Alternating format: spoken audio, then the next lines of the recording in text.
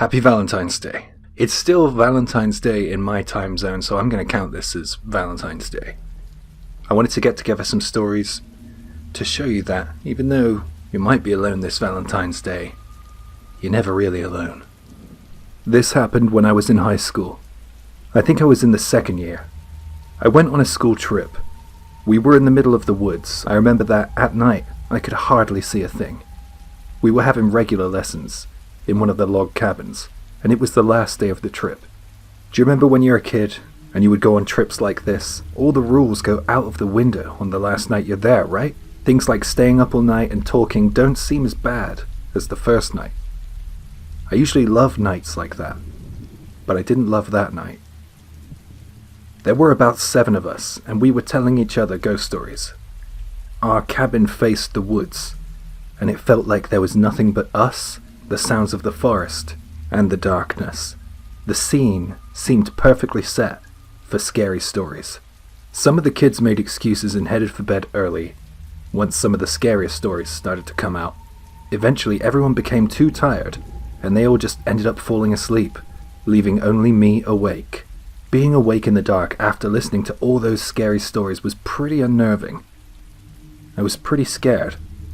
I remember that it was raining that night, and that I was listening to the sound of rain falling outside, hoping that it would send me off to sleep. I thought that it would only be a matter of time until I was asleep, but then I noticed another sound accompanying the rainfall. Footsteps. I had been alone for about an hour. I mean, the only one awake for about an hour. It just felt like I was alone. I suddenly remembered something I didn't want to remember.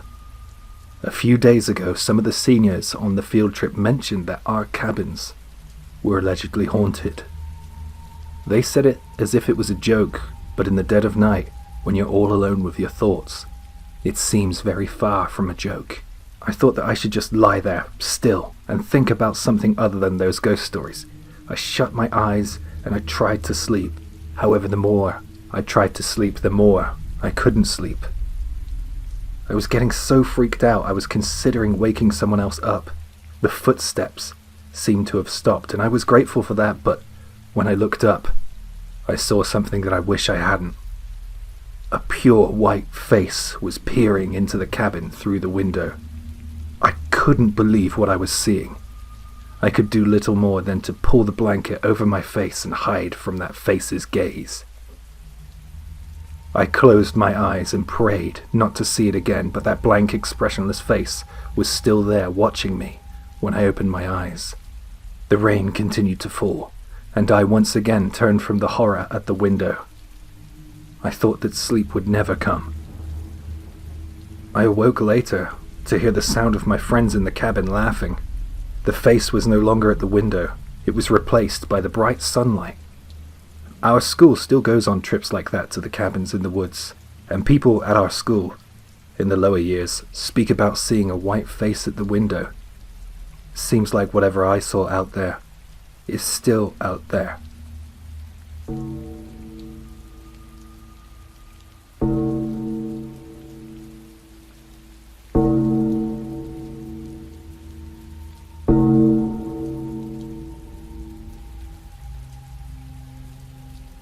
This is a story I heard from a friend of mine. He was dating a girl at the time. Let's just call her Amy for now. She got a new job and moved into a new apartment.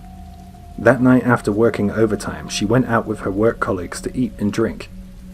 She had just moved in and went home thinking, hey, don't get the wrong apartment or else the neighbors will be pissed off. She didn't want to put the key in the wrong lock. Just to be on the safe side, she said that she was checking the door numbers above the apartments as she moved through the corridor on her floor. She was pretty drunk at the time. After standing before her own door and double-checking the numbers above it, she was satisfied that she had found her apartment. She unlocked her door to her apartment, noticed something, and got the fright of her life. Then, she opened up her mailbox with her key, grabbed her mail, some electric bills and a couple of flyers, and proceeded to leave as calmly as possible. She called my friend from the safety of the nearby convenience store and said, I think that there's someone in my apartment. He said that her voice was shaking as she said these words. He said that she should be calling the cops rather than him, and not to leave the convenience store. He said he was on his way to the convenience store and he would meet her there in the parking area. While Amy waited for him, she called the police. The police arrived at around the same time as my friend did, and Amy explained the situation in the back of a police car. They all headed to her apartment to check over the place. Amy said that she knew something was wrong because whenever she goes out, she always leaves the light on to make it seem like someone was home. And when she opened the door, the lights were out. She said she realized it immediately and pretended like she forgot something, so she went to the mailbox to make it seem more genuine and then left. They went up to Amy's apartment. The police officer glanced around and immediately suspected that it might have been an opportunistic burglary. Inside her apartment, nothing really seemed in disarray, but something did seem off. She was creeped out because she could smell something disgusting. It seems that the intruder had relieved himself in more ways than one on her bed. I don't want to go into too much detail, but I can say that there were 2 types of liquid that came from the same place. The only thing she noticed that was out of place was her underwear drawer. The officer said, due to how fresh the evidence appeared to be, it was entirely likely that the intruder was in the apartment with her when she came home. He might have even seen her open the door. To think that she was almost in the same room as that disgusting intruder turns her stomach. She tried to continue living there, but in the end, she was jumping at her own shadow, so she moved out.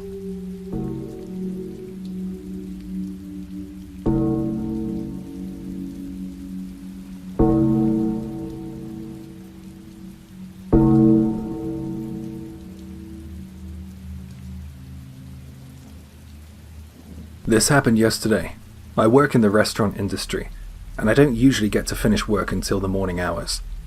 I was walking home at about 1:30 a.m., and this is where my creepy experience begins.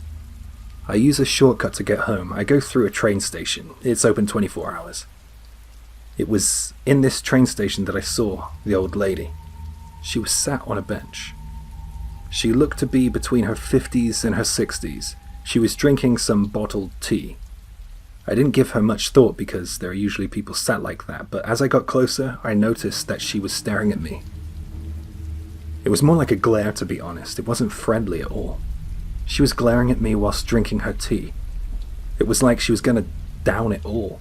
I didn't like that look she was giving me, so I sped up my pace to move past the benches she was sitting on. As I was about to pass, I saw her stand up, and she began to follow me. I thought that I'd slow down and let her pass me by. I didn't like the idea of her following me. But then I thought, am I being too self-conscious? In the light of day, she's just an old woman walking on the same street as you, I told myself. It's only the darkness of night that makes this scenario a creepy one. The thing is, she didn't try to overtake me. She dropped her pace to maintain her position behind me. Something else was odd too. I could now hear this strange biting / chewing sound. It sounded like she was gnawing on her drinks bottle. Okay, I'm not being too self-conscious, I told myself. She's a freaking weirdo. I knew that there would be an all-night convenience store up ahead. So all I had to do was endure her creepiness until I got there. I kept my pace the same, but also prepared myself for some running if it was necessary. When I was getting closer to the convenience store, I guess about 3 minutes away, the old lady upped her pace behind me. I sprinted to the convenience store. I was relieved to be somewhere bright and safe. I turned to see if the old lady was still following me, and I was shocked to see her enter the store too.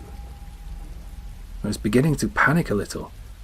I thought about calling the police, but then the old woman came and spoke to me. "Hey, you okay?"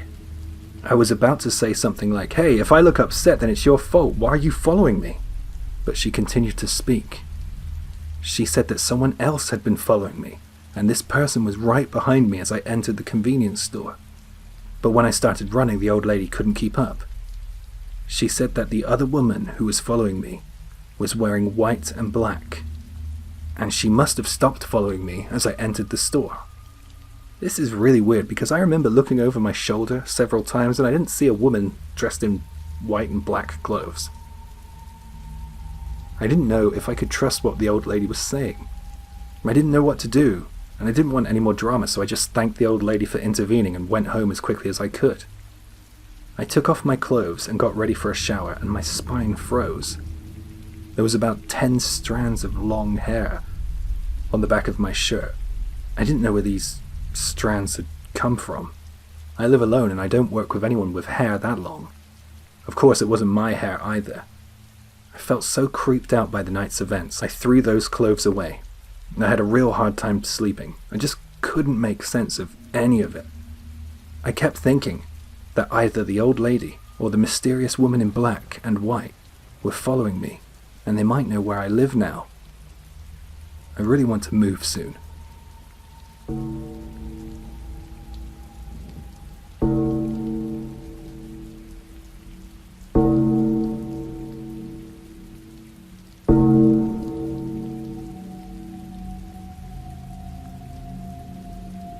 This happened when I was a college student. One of my female friends told me that she had had some trouble with someone peeping on her.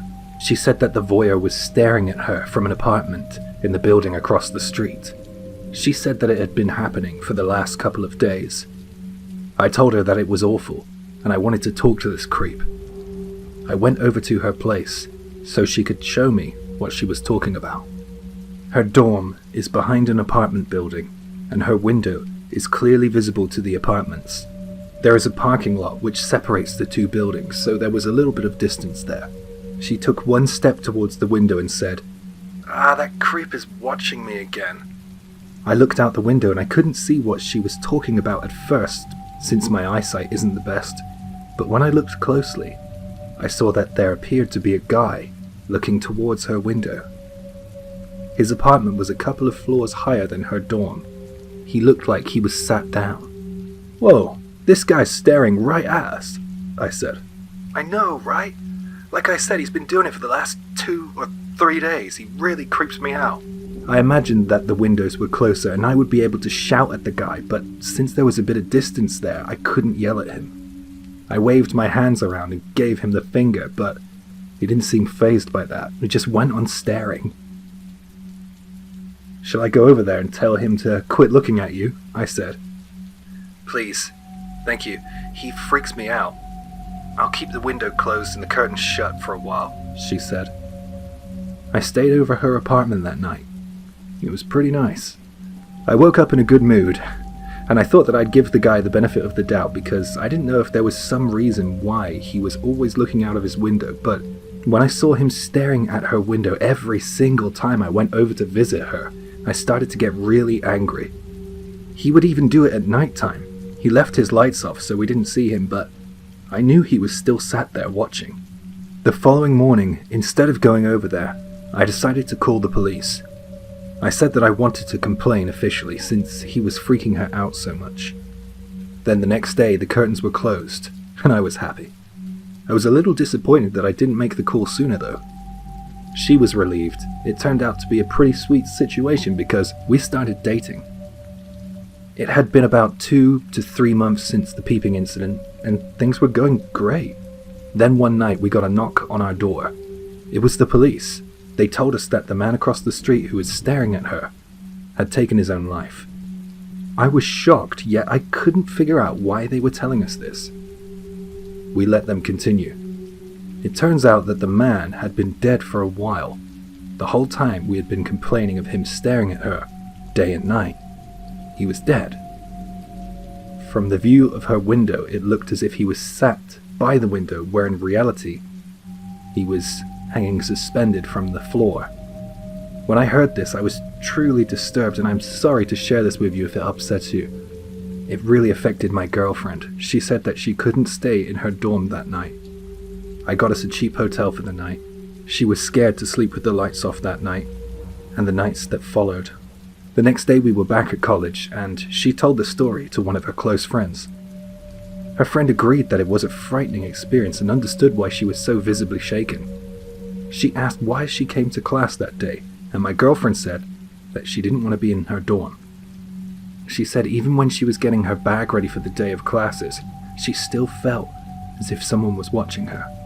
Her friend paused and then asked a question, which terrified us both. If you two complained about this guy peeping, then who closed the curtains if he had been dead the whole time? We were shaken up by this. We had to call the police again and make another report. I was told that someone would be in touch.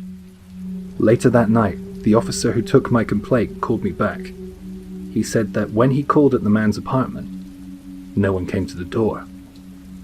He said, "Are you 100% sure that the curtain wasn't closed from the start? Maybe it was just open a crack." I said of course I was sure the curtain wasn't closed. That's how we knew he was looking at us. He asked me to check this with my girlfriend.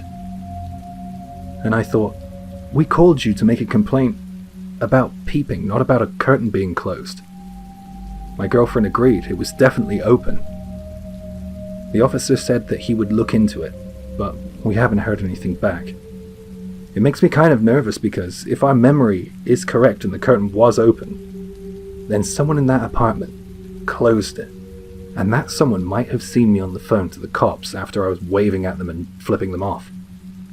I really just hope that somehow our memories are wrong about the incident. I really doubt it though. I'm really worried that someone will come to my girlfriend's dorm when I'm not there.